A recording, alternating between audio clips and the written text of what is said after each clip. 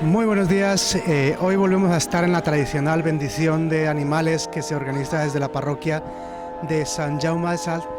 Estamos desde TV Salt informando que precisamente, a pesar que otros años se ha tenido una multitudinaria participación, este año pues no hemos tenido el gusto de tener la participación de otros animales grandes como caballos u otros, precisamente por restricciones que se ha puesto la Generalitat de Cataluña para tener servicios veterinarios en este tipo de eventos. Entonces esto ocasiona que muchas personas no puedan tener esa capacidad para poder pagar estas restricciones que ponen, y por eso han preferido no participar. Entonces en este año hemos contado con algunos animales de compañía como perros, pero no tan multitudinaria como ha sido otros años.